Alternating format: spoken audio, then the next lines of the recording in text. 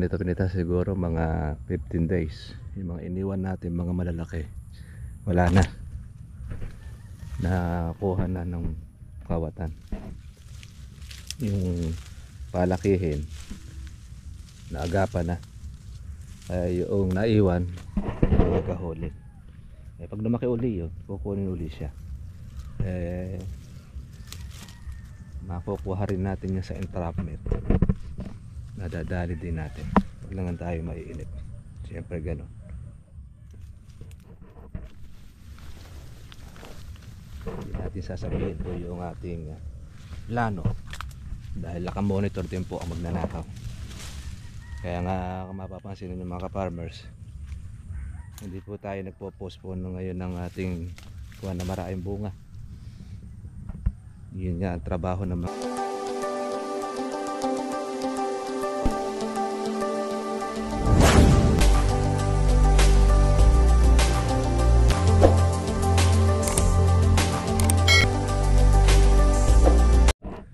Good morning po sa inyo mga katribya at welcome po sa aking YouTube channel. Makulim na naman po ang panahon at ito po tayo po mga katribya po pipitas po ng ating kalamansi dahil ayaw pong tigilan po ng ating mga kawatan itong ating bunga. Kahit po maliliit ay kanilang pinipitas, inaring kanila, pero may panahon din naman yan, hindi rin po tatagal din po yung mga yan. Kaya yun po mga ka-farmers, pitas po tayo ng ating kalamansi.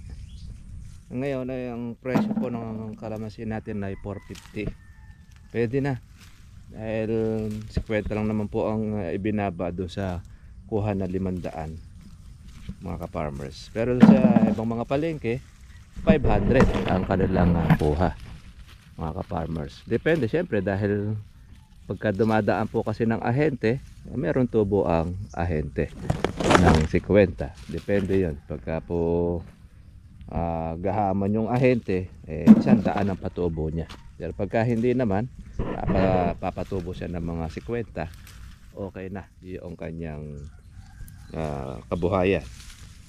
Tayo mo po mga ka-farmers, eto, pitas po tayo sa ating kalamansi. Kunin na po natin yung mga po pwede para po palitan po ng another na bulaklak. Yan pong ating kalamansi mga ka-farmers. Merong nag-comment po sa atin, sabi niya ay masyado boring po itong ating vlog. Sa loob ko, hindi po habol natin na entertainment na kayo ay libangin o pasayahin o ano po man. Marami naman pong mga channel na po pwede kayong pasayahin. Doon kayo manood. Di ka naman pinipilit na kung saan ay manood po ng ating pong video. Dahil ito para sa ating mga ka-farmers po natin na gustong matuto sa larangan ng kalamansi, paano pag-aalaga, pati pagpipitas. Ngayon kung naiinip kayo, pwede naman kayo maghanap ng ibang mga channel na panonoorin. Ganoon naman po tayo. Ito naman sa atin, wala pong pilitan. Pero yung gusto pong matuto sa larangan po ng kalamansi, siyempre pag halimbawa gusto mo ang business ng kalamansi, naturalmente tsatsagain mo na panoorin para matuklasan mo paano po ang paraan ng pag-aalaga. Ganoon naman yan mga ka-farmers. Kaya okay lang kung halimbawa yung ating ka-farmers po nang gano'n suggest, no problem. Kung ikaw ay naiinip, hindi ito ang iyong channel na iyong panooran. Kaya doon po sa nag-comment, maraming salamat po sa iyo. Kaya tayo naman, kung ano po yung ating ginagawa na ipinakikita sa inyo, yun po yung paraan ng ating pong pagtuturo. Ngayon kung naiinip kayo, no problem, madali lang naman pong i-skip ang video. Hanap po kayo ng pwede kayong paglibangan. Meron niya namang mga entertainment, talagang ang hanap lang nila libangan, kaya lang wala ka namang ganong matututunan. Ito naman sa atin, business, kalamansi business. Hindi naman lahat po ang gusto ay kalamansi. Meron ang gusto yung mga kabulustugan, kahit nga minsan yung mga prank nagte-trending, wala nang problema dahil yun ang kanilang channel, doon sila nakilala. Tayo naman sa kalamansi naman tayo nakilala, kaya ganun po. Sige mga ka-farmers, pitas po tayo. At para po yung tuloy-tuloy ang ating bunga. Dahil kasi ang mga kawatan kahit maliliit pinapatulan kahit mabagsak ang presyo. Kaya nagkaplano na tayo ng pwede nating magawa dito sa ating farm. Darating din ang panahon na yan, ang araw nila, kaya magsaya sila, magdiwang. Ginagawa na lang inaaring kanila na itong ating kalamansian. Meron kasi nagsasabi sa atin na painan ng ganito na nakakasakit. Hindi po natin gagawin yun mga katribya. Kawawa naman sila, tao rin naman mga yan. Dahil kasi pagka talaga sila ay napatibungan ng mga nakakasakit, hindi ka naman kaya ng ating konsensya. Basta't bahala na ang nasa taas. Ganun naman yun. Kung yung ng kanilang trabaho, ang pagnanakaw na hindi tumitigil, ay hindi naman natutulog ang nasa taas. May hustisya naman. Hindi ka man makakuha dito sa lupa, meron naman pong hustisya nasa taas. At yun ay sigurado, hindi ka maaargabyado. Hindi kagaya rito sa atin sa Pilipinas. Ayan, naglalabasan na po ang mga korupsyon, naglalaglagan na. Ganun na po kagrabe ang Pilipinas, talamak na sa korupsyon. Kaya hindi po nakakapagtaka kahit po sa mga magnanakaw, talamak na rin. Dahil mismo sa gobyerno natin ay meron ng ganyan, mga matataas na tao, mga politician. Kaya yan mga ka-farmers, hindi lang naman po tayo ang nag-iisa na ninanakawan. Marami po tayo mga kasama, pati rin dito sa amin yung mga may kalamansi, ninanakawan din sila. Kaya tsaga-tsaga lang ang pag-aalaga. Hindi mo natin dapat sila ay katakutan. Hindi natin dapat na tayo ay huminto, dahil tayo ang talo pagka tayo ay hihinto sa ating pag-aalaga. Sige mga ka-farmers, pitas lang po tayo ang ating kalamansi para palitan ulit ng panibagong bunga. Magandahan naman po nito, tinutulungan tayo ng mga kawatan para hindi po mahinog ang ating kalamansi. Alam ko minsan mas nauna ang kalangkawatan kaysa sa atin. Yung pinagpitasan, tira-tirahan na lang ng mga buwisit. Kung magtitiis ka talaga mga ka-farmers, marami kang titiisin, marami kang isasakripisyo. Talagang ganon, ay buktong hininga na lang ang kailangan natin. Panalangin na lang natin na sana ay magbago, para hindi pa naman huli ang lahat.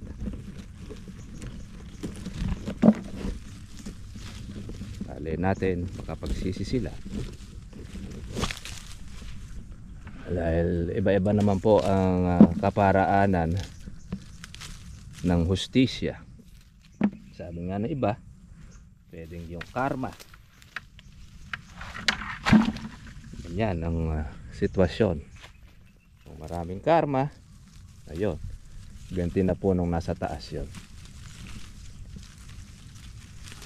Ngayon, pero iba naman nagsasabi, siguro kakatribya, masungit siya kaya kakananakawan. Ibig mo nga sabihin, pati na rin yung mabait na tao rito na ninanakawan din, masungit din. Kapitbahay ko rin, ninanakawan din, masungit ba yun? Napakabait, no?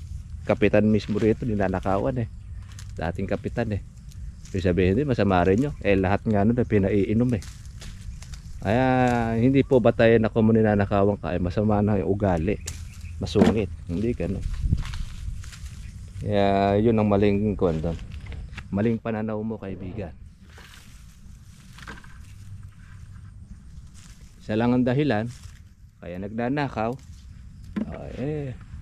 para doon sa kanyang bisyo o maging man doon sa kanyang mga luho na ginagawa. At yan naman po ay meron naman na tayo po mga prospects sa mga ganyan. Kaya hindi na rin po bago, hindi na rin po kakaiba. Madalas po na kuminsan ay hindi lang po natin naaaktuhan. Pero darating ang panahon na yan, maaaktuhan din natin yan. Okay, pitas muna tayo mga katribya para po tayo ay makarami.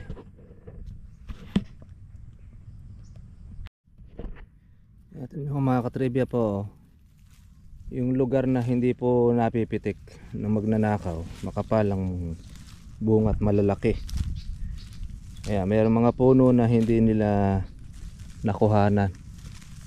Pero ganun pa man ay mayroon din mga bawas din. Siguro nakapuno na, kaya hindi na ito nagalaw. Kaya ganyan katitinik yung mga magnanakaw. Kaya kung tutuusin natin mga ka-farmers, marami-rami sana ang ating nahaharvest. Pero dahil doon sa mga kawatan, ayan, hindi tayo tuloy makapagpalaki ng ating bunga. Dahil inaagad po ng mga impakto. Mas nauna pa sa atin.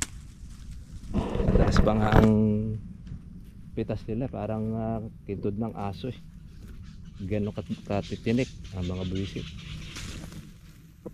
Talagang tataasan lang ang dugo mo at kumbaga yung bubuwisit ka na lang talaga. Pero bayanan natin, ano, yung hindi nila nadali, maganda ang bunga, pero yung nadali nila ay halos nanghahalaw ka ng bunga, gahole ng natitira.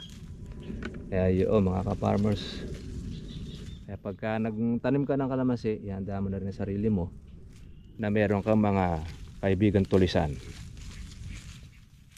Mas matindi po sa mga insekto yan, dahil bunga na mismo ang kanilang kinukuha, hindi pa na sa bulaklak ay tinitira na, mismong pitasin na. Ganyan ka lulupit ang mga kawatan. Ngayon doon sa mga kinakampihan na magnanakaw, bayanan natin sila. Dahil sila naman na mayroong kinalaman dyan. Siguro ay iba, hindi pa nila naranasan na manakawan. Pero pagka naranasan mo na manakawan, baka masigit pa dyan yung mararamdaman mo. Doon sa mga nagsisipag comment na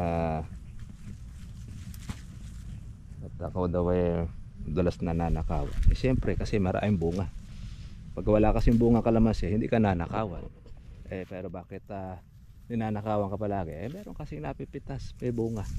Yun lang naman po ang suma total nyon, mga ka-farmers. Pag hindi mo inalagaan ng kalamansi, wala rin magiging bunga. Wala rin makukuha yung magnanakaw. Para ho kayong hindi makikinabang. Kaya ganyan lang. Diretso lang. Maaari natin ay makahuli.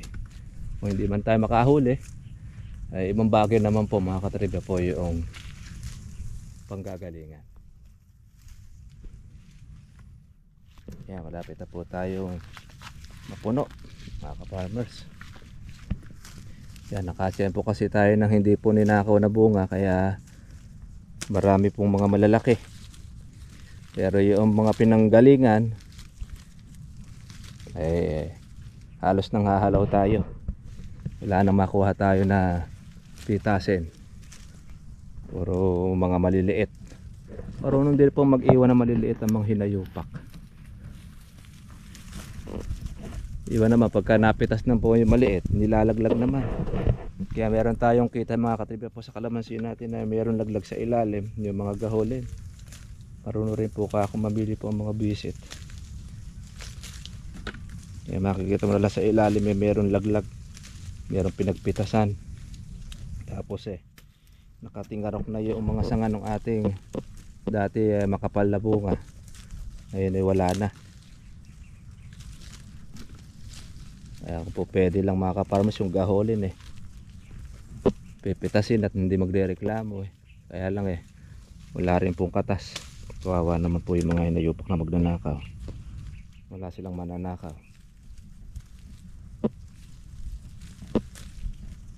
Meron na tayo mga katribya pong plano dyan. Siyempre di natin sasabihin, surprise na lang natin. Surprise sa magnanakaw. May hangganan din yan, kaya samantalay na nila habang sila ay nandito pa sa mundong ibabaw na nakakapagnakaw. Tayo go lang, diretso lang ang alaga. Kaya katulong naman natin sila mga ka-farmers. Isipin na lang natin na hindi na tayo umupa ng mamimitas para mapitas ang bunga at hindi po dumilaw. Kaya yung kalamansi natin na hindi po makuha dumilaw, agad na agad ang mga damoho. Kaya lagi tayong mayroong pinalalaki, mayroon tayong palakihin. Pagka malaki, hindi na sa'yo sa mga impacto na. Tsaga-tsaga lang, ganun talaga mga ka-farmers. Pag marami kang kalamansi, maraming bunga, asahan mo na yan, ang kawatan ay nandyan lang. Pero pagka ang kalamansi mo walang bunga, hindi ka nanakawan, kasi walang nanakawan sa iyo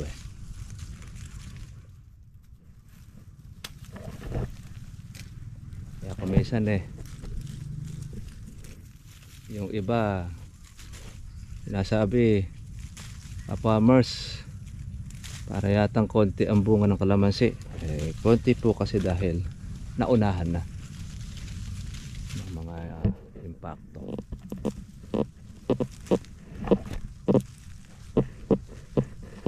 Kaya marapayo natin sa ating mga ka-farmers, okay na sa buyer ang inyong kalamansi, huwag mag-atugubilin, napitasin nyo na, lalo na kung marami po ang mga lupin sa inyong lugar, para hindi na sumakit ang inyong kalooban pag nawalan ng bunga ang inyong kalamansi.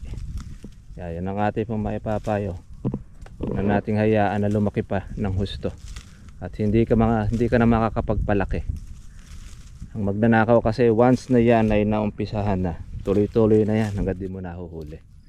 Wala nang takot hanggat wala pong nabibigyan ng sample, lang nakukulong, kagaya lang sa hearing sa Senado, hanggat walang nakukulong dyan at walang nasasampulan hindi lulubay sa korupsyon mga katribya. Ayan, dito medyo madalang na rito. Ayan, yung pinagpitasan, medyo matagal-tagal na yung pitas nya.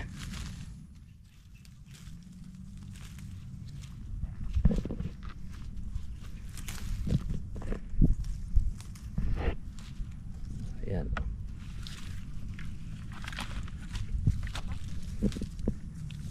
Pupuno na tayo. Lapit na tayo magkaroon ng kalahating bag. So mga katribya, tapos na po tayo ng ating pong pitas. Bali po ang ating nakuha kanina ay isang bag lang naman ang ating napitas. Ang technique mga katribya po ng mga kawatan dito, pag nanakaw niya, lagang hahapawin lahat siya. Meron siyang ititira na medyo makapal at hindi niya pipitasin yon. Ngayon pag napansin na may-ari na maraming bunga, para na may-ari walang nababawasan, di alam, ubos na ang bunga niya, ubos na ang laman. Magaya nito sa atin na ito, na meron tayong mga pailan-ilan po na nakukuha na mga maliliit, tapos merong pitasin, pero marami na rito nakuha na, napitas na po nung kawatan. Kaya talagang yung magnanakaw, hindi mo talaga makukuha talaga siya maasahan. Talagang iinit lang talaga dugo mo. Kaya sipin mong kailan lang natin ito pinitas, siguro mga 15 days. Yung mga iniwan natin mga malalaki, wala na, nakuha na ng kawatan. Yung palakihin naagapan na, kaya yung naiwan magahuli.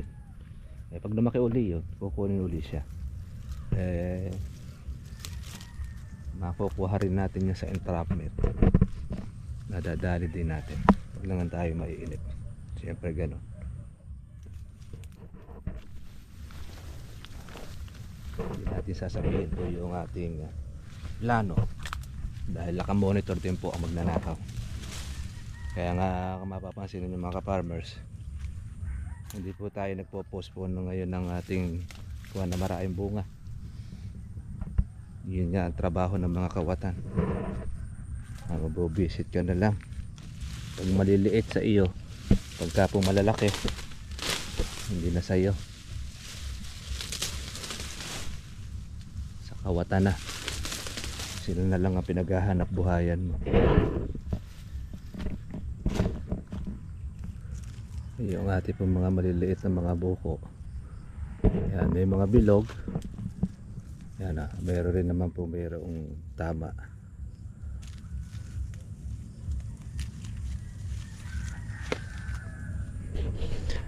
Sige mga katribyak, kita-kita po tayo po bukas. At God bless po sa inyong lahat. At dire-diretso lang mga farmers. Magandang balita at medyo maangat-angat po uli ngayon ang presyo ng kalamansi. Dahil 470 na.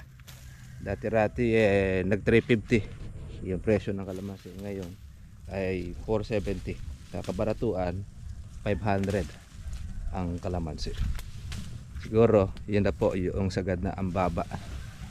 At baka pagtungtong po ng October, ayan, ay matinag uli po ang presyo ng kalamansi natin. Importante ay meron po tayong pinipitas na bunga. Ito sa atin hindi po makukuha pong mahinog kasi marami tayong kasosyo. Paano mga farmers, God bless sa inyo lahat. Bye bye.